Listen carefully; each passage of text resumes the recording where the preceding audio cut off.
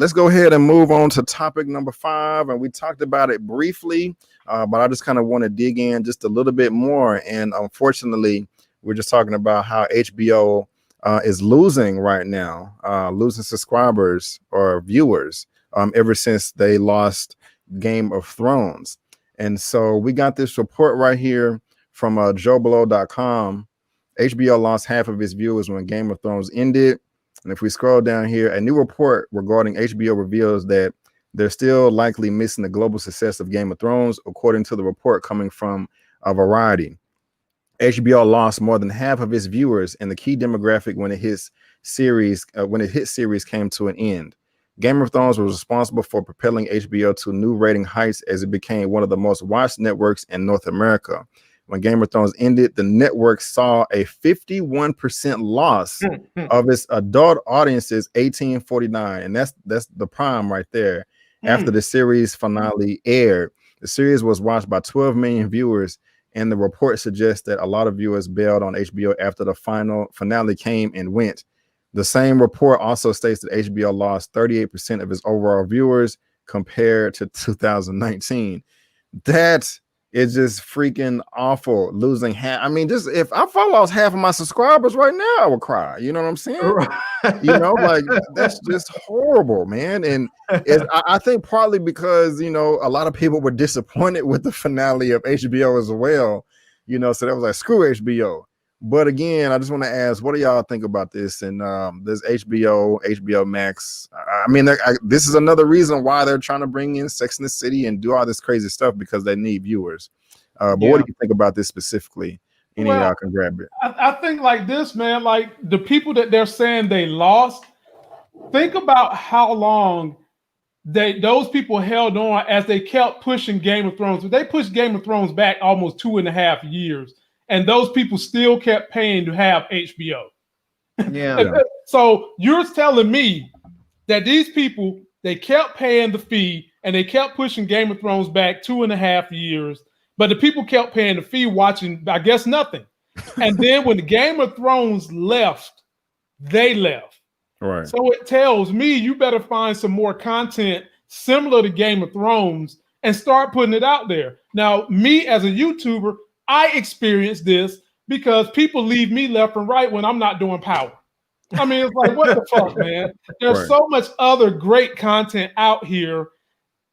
I just don't want to be pigeonholed to one thing. Right. Now, me personally, I like the lineup HBO had. I think HBO has a great lineup because I'm not someone who just watches one thing like a kid. Not saying that people that watch one thing are children, but typically children can watch the same cartoon over and over and over and over again. Yeah. And don't need no diversity in their content. I watched comedies on HBO. I watched some of their movies. You know, Larry knows I love Curb Your Enthusiasm. I like their LeBron James sports stories. But to fill that void, they've got to find something that is as intriguing and dynamic as Game of Thrones was. And then they've got to make it at least a 5-year series. Right on, right on. Yeah. Do y'all know, when is one of these spinoff shows coming out? I know they said that and Larry, what you got? I want to hear from you too, but I also want to if y'all know about these release dates from these spinoff shows. I don't think there are any release dates for them. No. Oh, yeah. I just think they've been announced that they're coming. I know that the Sopranos prequel movie, I think it is coming out. And I think that was one of the reasons why they pushed back. I think why they pushed up the Godzilla movie, the Godzilla and Kong movie, because I think it was going to come out that same weekend that the Sopranos prequel movie was coming out.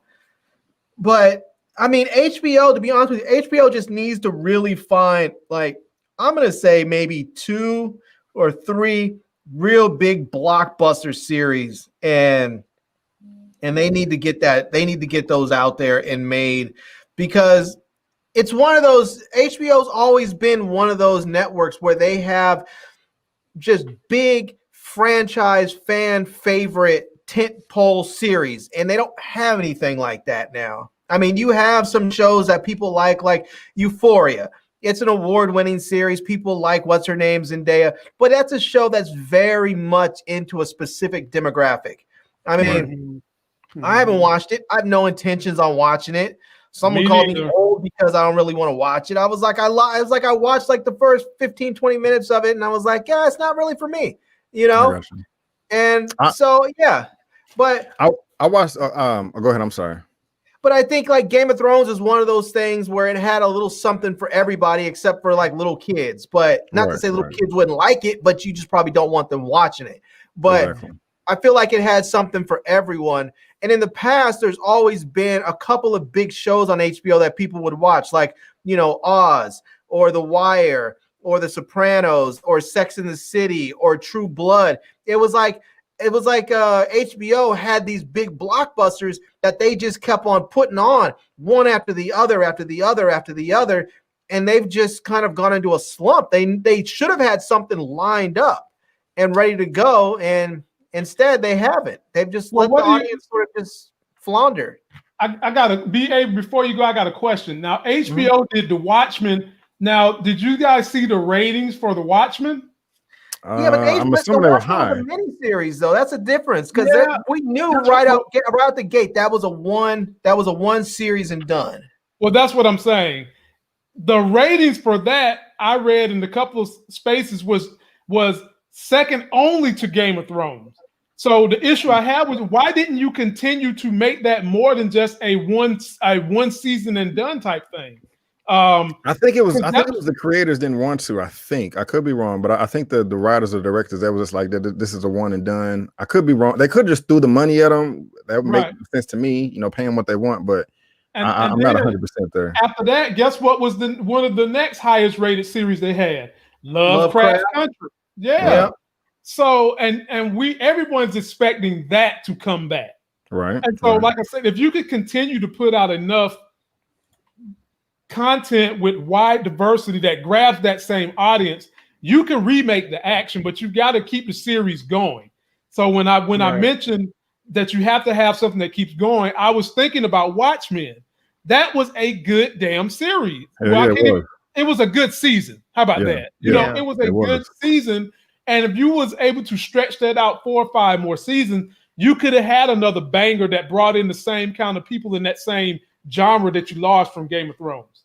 Right on. Yeah, I mean, some of the shows that are on HBO right now that are popular, they really seem like they're just popular for specific demographics, and that's fine for some people. But if you need a couple of shows that are just very broadly watched by everybody. I feel like Lovecraft Country was that. You know, The Watchmen was that. The Sopranos were that. I think Sex and the City were that. But right now, some of their hits like Insecure. Yes, I've heard Insecure is a wonderfully written show for a particular demographic. I don't watch it. I think I've watched an episode or two. I don't really enjoy it, so I moved on. I'm not their demographic, I imagine. You know, I mean, you have shows like this new show called The Industry. I haven't watched it. I think I've watched like 5 or 10 minutes of it. Just didn't really do anything. The trailers that I've seen for it never did anything for me. You know, I'm not into, you know, I keep hearing about The Undoing is really good. Everything that I've seen from it, like when I see the trailers, it just doesn't do anything for me, but maybe I just have to watch it and try it out. Yeah, you got to watch it. You got to watch them. It's decent. I'll have to try it out. Secession is another one that's on that didn't do anything for me. There's just so many of these shows. I look on their roster. I'm like, there's just shows that I look at it where I'm like, if this is what they had to offer, I wouldn't pay for it. I mean, I get it because it's already part of my cable subscription, and I you know, I get HBO Max for, you know, basically. And this is the other thing people don't often realize is like, if you have cable, don't buy HBO Max. Call your cable company and work out a deal to get HBO, because HBO you can often get for anywhere between like $5 and $10 a month through your cable company, and then you get HBO Max for free as part of it. So you end up saving yourself money. I mean, that's an extra $5 a month you save on HBO Max, and over the year you're talking about $60 a year. So, you know, you can take that $60 and go get Hulu or something. So and Hitflix is saying Damon Lindelof, the creator of HBO's Watchmen, said he didn't have an idea for season 2. I think I did hear that.